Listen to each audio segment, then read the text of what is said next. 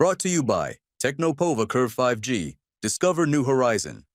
पाकिस्तान में अहमदिया मुसलमानों की क्या स्थिति है ये आपने अच्छे से देख ली, लेकिन ऑपरेशन सिंदूर में पिटाई के बाद वहां के पीएम शहबाज शरीफ की क्या हालत हो चुकी है। वो कैसे दुनिया भर के नेताओं से गिड़गिड़ा कर कह रहे हैं कि जनाब प्लीज भारत से हमारी बात करवा दें। ये हम आपको अब कुछ व्यंग्यात्मक पोस्टर के जरिए समझाने की कोशिश करें।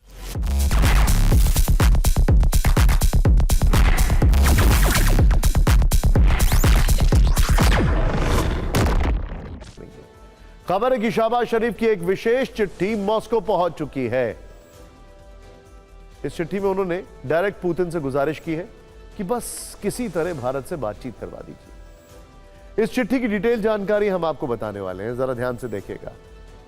शहबाज ने आज ही अमेरिका के राष्ट्रपति डोनाल्ड ट्रंप से भी अपील की है कि किसी भी तरह भारत से उनकी बात करवा दें। शहबाज इससे पहले ईरान के सुप्रीम लीडर आयतुल्लाह खमेनी, तुर्की के राष्ट्रपति एर्दोगान और अजरबैजान के राष्ट्रपति से भी भारत के साथ शांति वार्ता और समझौता कराने की गुजारिश कर चुके हैं। शहबाज ने अमेरिका के सामने कैसे रोना रोया ये भी समझ लेते हैं। आज इस्लामाबाद में अमेरिकी दूतावास में एक कार्यक्रम आयोजित किया गया था। इस कार्यक्रम को शहबाज शरीफ ने संबोधित किया। इसी दौरान उन्होंने अपनी बात रखी। इससे पहले अमेरिका गए पाकिस्तानी डेलीगेशन के प्रमुख बिलावल भुट्टो भी अमेरिका से ठीक ऐसा ही आग्रह कर चुके हैं। उन्होंने प्रेस कॉन्फ्रेंस में गिड़गिड़ाते हुए कहा था कि पाकिस्तान भारत के साथ बातचीत के लिए तैयार है। ये उस पाकिस्तान की हालत है जो ऑपरेशन सिंदूर के पहले भारत को न्यूक्लियर अटैक की धमकियां दिया करता था। ये उस पाकिस्तान की हालत है जिसके नेता वहां की संसद में खड़े होकर कहते थे कि सिंधु का पानी बंद कर दिया तो खून की नदियां बहा देंगे। वही पाकिस्तान अब जल से जमीन और आसमान तक भारत के सामने घुटनों पर आ गया है और पूरी दुनिया से गुहार लगा रहा है कि भारत को समझाओ या फिर हमसे बातचीत करवाओ। अब आपको बताते हैं कि शहबाज ने पुतिन को जो चिट्ठी लिखी है उसका मजमून क्या है। मंगलवार को पाकिस्तान का प्रतिनिधिमंडल रूस पहुंचा था। पाकिस्तान के प्रधानमंत्री शहबाज शरीफ ने प्रतिनिधिमंडल के साथ पुतिन के लिए एक चिट्ठी भेजी थी। ये तस्वीर उसी चिट्ठी की है। इस चिट्ठी में शहबाज शरीफ की लाचारी है, शांति वाली विनती है, भारत से बातचीत वाली तत्परता है और पाकिस्तान की कंगाली की कहानी भी है। शहबाज शरीफ के विशेष सहायक सैयद तारिक फातमी मंगलवार को मॉस्को जब पहुंचे तो उन्होंने रूसी विदेश मंत्री सर्गेई लेवरोव से मुलाकात की। इस दौरान उन्होंने शहबाज शरीफ का ये पत्र राष्ट्रपति पुतिन को देने के लिए कहा। रूस की एजेंसी के अनुसार इस पत्र में शांति वाली अपील है। शहबाज ने पुतिन से ऊर्जा, व्यापार और ट्रांसपोर्ट सेक्टर में सहयोग बढ़ाने की इच्छा भी जताई है। आपको बता दें कि कुछ दिन पहले ही भारत समर्थक एक सर्वदलीय प्रतिनिधिमंडल रूस के दौरे पर था। भारत ने इस दौरे में पाकिस्तान प्रायोजित आतंकवाद का मुद्दा मजबूती से उठाया था।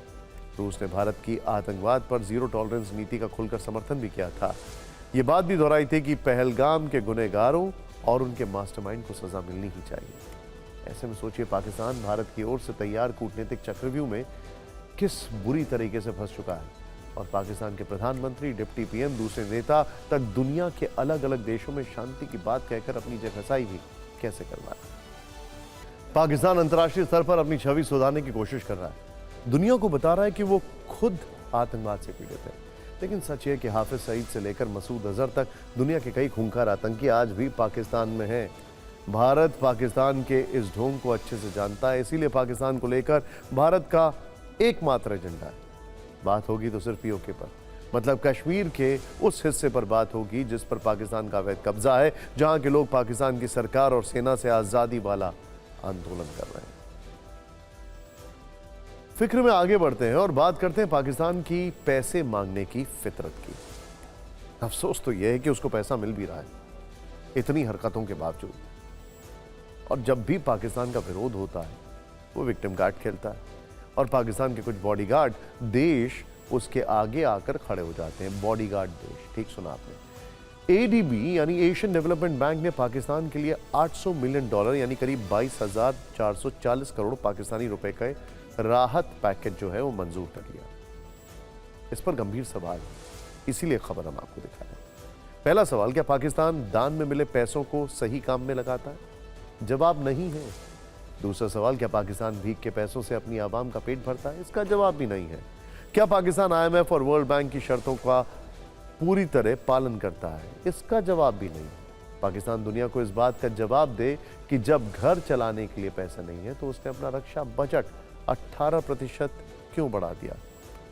सूत्रों के मुताबिक भारत ने एशियन डेवलपमेंट बैंक की ओर से पाकिस्तान को किसी भी तरह की वित्तीय मदद का भी विरोध किया था, फिर भी पाकिस्तान के लिए पैकेज को मंजूरी दे दी गई। पिछले महीने आईएमएफ ने भी पाकिस्तान के लिए $1 बिलियन राहत पैकेज को मंजूर किया था। कल ही हमने आपको इस शो में दिखाया था कि पाकिस्तान यूएन सिक्योरिटी काउंसिल में वर्ष 2025 के लिए तालिबान प्रतिबंधित समिति की अध्यक्षता करेगा। इसके अलावा आतंकवाद को पनाह देने वाले पाकिस्तान को काउंटर टेररिज्म कमेटी का उपाध्यक्ष भी बनाया गया। सवाल है कि जब जब पाकिस्तान का विरोध होता है तो उसके समर्थन में वो कौन से देश हैं जो आगे आ जाते हैं। यानी अब पाकिस्तान के बॉडीगार्ड देशों को डिकोड करने का वक्त है। इसमें सबसे पहला नाम है, सोचने की जरूरत ही नहीं है, चीन। चीन लगातार मिसाइल और फाइटर जेट से पाकिस्तान की मदद कर रहा है। पाकिस्तान में उसके कई प्रोजेक्ट चल रहे हैं। इसके अलावा हर अंतर्राष्ट्रीय मंच पर वो पाकिस्तान के सुरक्षा कवच की तरह काम करता है। दूसरा देश है तुर्की। तुर्की ड्रोन से पाकिस्तान की मदद कर रहा है। इन ड्रोन का इस्तेमाल उसने भारत के खिलाफ भी किया है इस बार।